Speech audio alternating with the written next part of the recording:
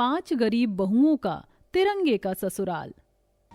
कोमल, मैं जा रहा हूँ, न जाने कब लौट कर आऊंगा। तो मेरे पीछे मेरे बच्चों का और अपना ख्याल रखना, उन्हें अच्छी शिक्षा देना, देश के प्रति उनकी भावनाओं को जागृत करना। आप चिंता मत कीजिए, मैं बच्चों को अच्छे से संभालूंगी। आप भी अपना ख्याल रखिएगा और मन लगाकर देश की सेवा करना। बिल्कुल। अपनी पत्नी और 5 छोटे छोटे बेटों को अलविदा बोलकर दिनेश आर्मी में भर्ती होने निकल गया। तो वहीं दूसरी तरफ कोमल अपने बच्चों के लालन पालन में लग गई। उसने अपने बेटों को अच्छी शिक्षा और संस्कार दिए और अच्छे स्कूल से उनकी पढ़ाई करवाई। ऐसे ही समय बीतता गया और अब पूरे 20 साल गुजर चुके थे। कोमल के बेटे बड़े और वो खुद अब बूढ़ी हो चुकी थी। अजी, आज आपको आर्मी में भर्ती हुए पूरे 20 साल गुजर गए हैं। मेरी तो आंखें भी आपको देखने को तरस गई हैं। जानते हैं, आपके बेटे बहुत बड़े हो चुके हैं, बहुत अच्छे हैं, हमेशा मुझसे आपके ही बारे में पूछते हैं। काम भी अब तो अपना ही चला रहे हैं। काश कि अपने बेटों की इस कामयाबी को आप भी देख पाते। अब तो 5 ही एक बराबर के लगते हैं। अभी कोमल तस्वीर से बातें कर ही रही थी कि तभी उसके दरवाजे पर दस्तक हुई। लगता है ये 5 आ गए। बेटा, ये लड़कियां कौन हैं? कोमल दरवाजा खोलते ही चौंक गई, क्योंकि उसके बेटों के साथ उन्हीं की उम्र की 5 लड़कियां खड़ी हुई थी। ये लड़कियां तुम्हारे साथ काम करती हैं क्या? नहीं माँ, ये काम नहीं करती, ये हमारी पत्नियां हैं। क्या पत्नी? हाँ माँ, हम। हाय, क्या यही दिन देखना बाकी रह गया था? माँ सुनिए तो सही। अरे सत्यानाश हो तुम्हारा। क्या मैंने तुम्हें यही संस्कार दिए थे कि तुम मुझसे बिना पूछे शादी कर लेना? बोलो, अब मैं तुम्हारे बाप को क्या मुंह दिखाऊंगी? माँ आप ऐसे रोइए मत, आपका रोना हमें अच्छा नहीं लग रहा है। अब तुमने काम ही ऐसा किया है तो मैं क्या करूं? बोलो, तुम 5 पर मुझे जितना गुरूर था, आज उतनी ही शर्मिंदगी हो रही है। क्या तुम मेरे ही बेटे हो? वही बेटे हो जो हर काम मुझसे पूछ कर करते थे। बोलो। माँ प्लीज, आप हमारी बात तो सुनिए। अब सुनने और कहने को बचा ही क्या है? तुमने शादी करके ये साबित कर दिया कि तुम्हारी नजर में तुम्हारी माँ कोई मायने नहीं रखती है ना? माँ जी, प्लीज ऐसा मत बोलिए ना, हमारी एक बार तो बात सुन लीजिए। तो चुप रह और कोई सी भी बोल मत जाना। जरूर तुमने ही मेरे बेटों को अपनी बातों में फंसाया है, क्यों? है ना? मैं तुम 5 को नहीं छोड़ूंगी। ऐसे बोलकर कोमल ने अपनी चप्पल उतार ली और वो अपनी बहुओं को उससे बस मारने ही वाली थी कि तभी सूरज ने उसका हाथ पकड़ लिया। बस अब बहुत हुआ माँ, आप हमारी पत्नियों के साथ ऐसा नहीं कर सकती हो। उनकी क्या गलती है? इन्हें तो हमने ही शादी के लिए प्रपोज किया था। आपको सजा देनी है तो हमें दीजिए। नहीं सूरज भाई, हमने कोई ऐसा काम नहीं किया है जिसकी हमें सजा मिले। हम आज तक सिर्फ माँ के ही इशारों पर नाचते आए हैं। अगर हमने ये एक फैसला खुद से ले लिया भी तो क्या हो गया? माँ, अगर आपको हमारी पत्नियों को एक्सेप्ट करना है तो कीजिए, वरना हम भी यहाँ से जा रहे हैं। बाकी अब आपकी मर्जी। जा रहे हो? तो अब इन करम जलियों ने तुम्हें इतना चढ़ा दिया कि तुम अपनी माँ को भी छोड़ने को तैयार हो? अब ये 5 हमारी जिम्मेदारी है और अगर आप इन्हें अंदर नहीं आने देंगी तो मजबूरन हमें यहाँ से जाना ही होगा। अपने बेटों की बात सुनकर कोमल 1 मिनट के लिए शांत हो गई और फिर कुछ सोच कर बोली, ठीक है, अब अगर तुम इन्हें अपनी पत्नियां बनाकर ले ही आए हो तो मैं इन्हें एक मौका दे ही देती हूँ। चलो अब तुम 5 भी अंदर आ जाओ। कोमल की बात सुनकर 5 बेटे खुश हो गए और वो अपनी बीवियों के साथ अंदर आ गए। अब शादी हुए लगभग 1 महीना बीत चुका था। कोमल की बहुएं वैसे तो बहुत ही अच्छी थीं, लेकिन वो गरीब परिवार से थी, जिसकी वजह से वो अब तक उन्हें अपना नहीं पाई थी। अरे मेरी चप्पल कहाँ है? माँ जी, ये रही। तो तूने इन्हें धो दिया था? जी, सही किया, तेरी औकात भी यही है। अपने घर परिवार से कोई दहेज वगैरह तो लेकर नहीं आई, ससुराल में चप्पलें ही साफ करोगी। माँ जी, अपनी सास की चप्पल साफ करने में कोई बुराई नहीं है। सास तो माँ समान होती है और माँ के कदमों में जन्नत है। आपके कदमों की तो धूल भी अनमोल है, तो चप्पल धोने में मुझे कोई शर्म नहीं है।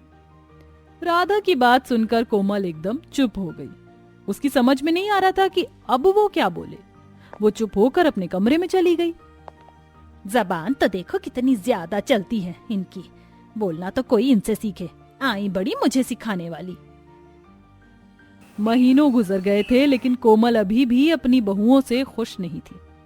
चलो आज सारी नौकरानियां मिलकर घर की अच्छे से सफाई करो। तुम्हारे ससुर जी की चिट्ठी आई है, वो अगले दिन में घर आ रहे हैं। ससुर जी आ रहे हैं? हाँ, जरा अच्छे से सफाई करना और हाँ, एक एक कोना चमकाना। कोई फायदा नहीं है माँ, अब आप कोई सफाई मत करवाइए। क्या हुआ मेरे बच्चे, तू ऐसे ऐसे क्यों बोल रहा है? सब कुछ खत्म हो गया माँ, सब कुछ खत्म हो गया। आप जानती हो हमारी फैक्ट्री को काम में एक बड़ा घाटा हुआ है और अब हमें उस घाटे की भरपाई के लिए अपना घर, गाड़ी सब कुछ छोड़ना होगा।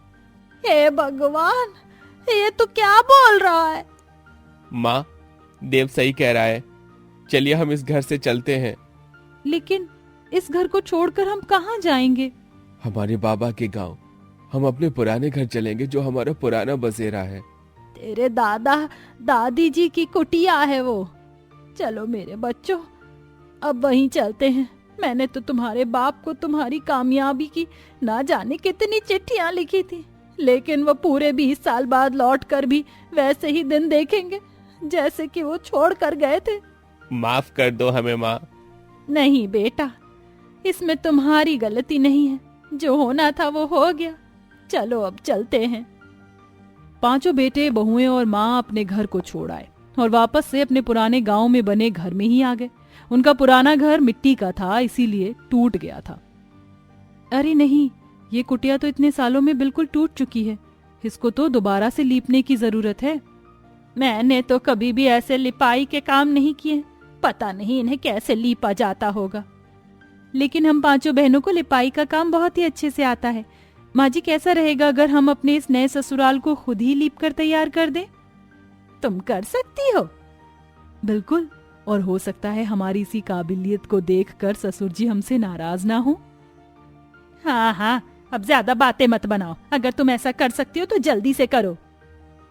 ठीक है, तो आप अंदर चली जाइए, घर को हम ठीक कर देंगे। चलो बहनों, मिट्टी और गोबर का इंतजाम करते हैं। पांचों बहनें मिट्टी और गोबर देखने निकल गईं। अभी हिमांशी मिट्टी ढूंढ ही रही थी कि तभी उसे कुछ दिखाई दिया। अरे, ये इतना सारा कपड़ा यहाँ क्यों पड़ा हुआ है? अरे हटो बहन, यहाँ बेकार कपड़ा फेंका जा रहा है।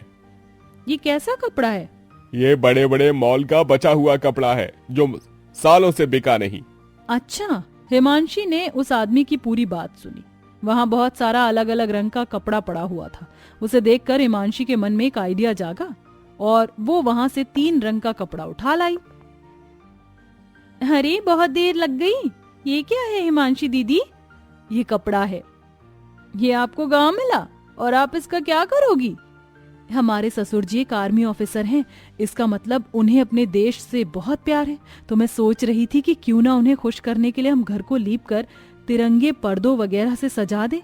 इससे उन्हें भी खुशी मिलेगी और हो सकता है वो हम पर ज्यादा गुस्सा भी ना करें।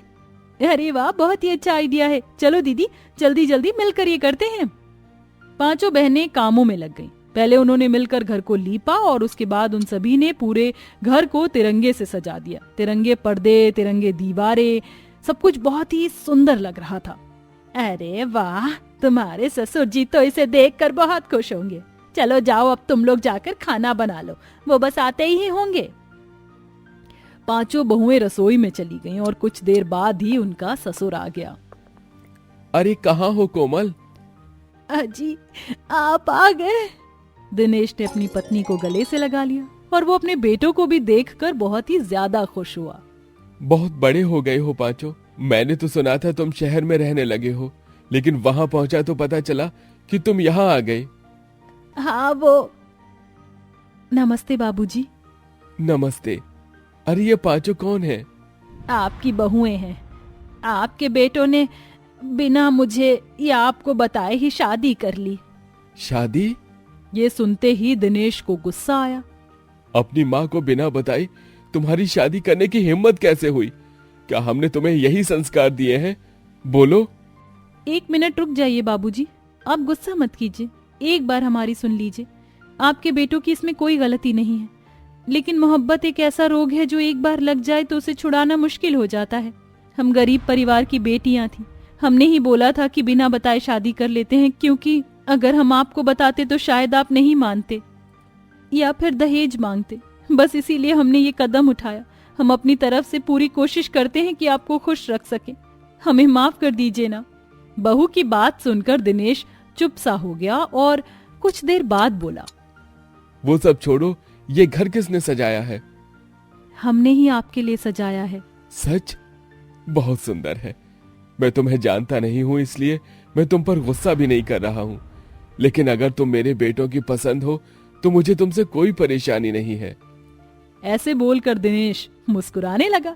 अब दिनेश ने भी अपनी बहुओं को अपना लिया था, जिसकी वजह से अब कोमल भी खुश थी। पूरे परिवार ने साथ मिलकर एक साथ खाना खाया। अब कोमल अपनी बहुओं को कुछ नहीं बोलती थी और अब सब कुछ ठीक हो चुका था।